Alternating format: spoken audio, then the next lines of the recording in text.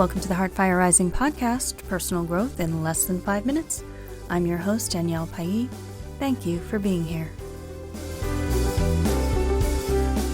One of my favorite quotes comes from psychiatrist, neurologist, and philosopher Viktor Frankl.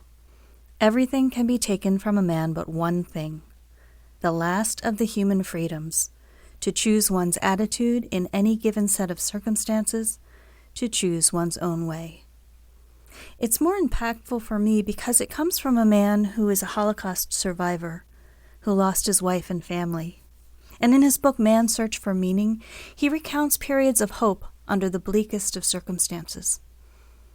Over the past year and a half amid the global pandemic, I've spoken with many people facing death, isolation, poor health, depression, anxiety, and a multitude of physical and mental health issues, all of which create lasting chronic stress.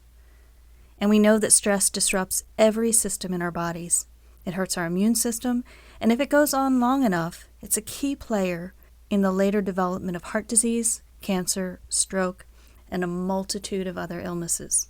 You know, I work with preventive medicine physician Dr. Roger Landry on the Dr. Roger and Friends podcast, and you'll frequently hear him say that stress rots us from within. In Robert Sapolsky's groundbreaking book, Why Zebras Don't Get Ulcers, he talks about the acute stress that a zebra faces. So if a zebra is attacked by a lion, it's fight, flight, or freeze. One of those responses is going to kick in. And if he happens to outrun the lion, then he's out grazing in the field a few minutes later as if nothing ever happened. But that's not really what we humans do, is it? Thanks to the default mode network in our brains, our minds wander all over the place. We ruminate over past regrets, we worry about the situations that are right in front of us, and we may forecast all possible scenarios of gloom and doom about the future. All of this amounts to us continually activating the stress response to the point that this now becomes normal to our bodies. If you've ever felt incredibly anxious when there's absolutely nothing wrong, well, that's not unusual.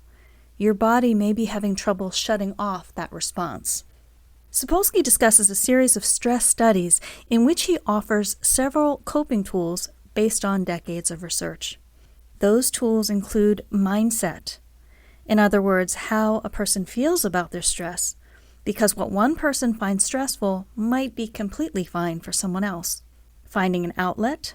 One example is exercise. Unlike the zebra, we're not running from a charging lion, but our bodies prepare us as if we are, which is what makes exercise so important to manage stress. Predictability. We learn as much as we can about a situation.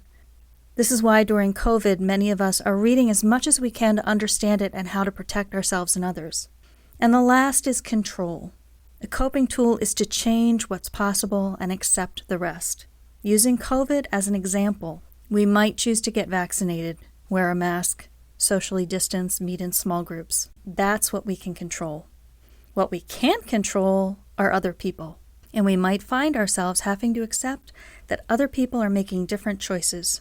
We might not like it, but we can't always change that. We'll talk about these varying coping tools in future episodes, but just for today, as an optional action item, how can you follow Viktor Frankl's lead and choose one's attitude in any set of circumstances? Your choice is the first step in coping with chronic stress.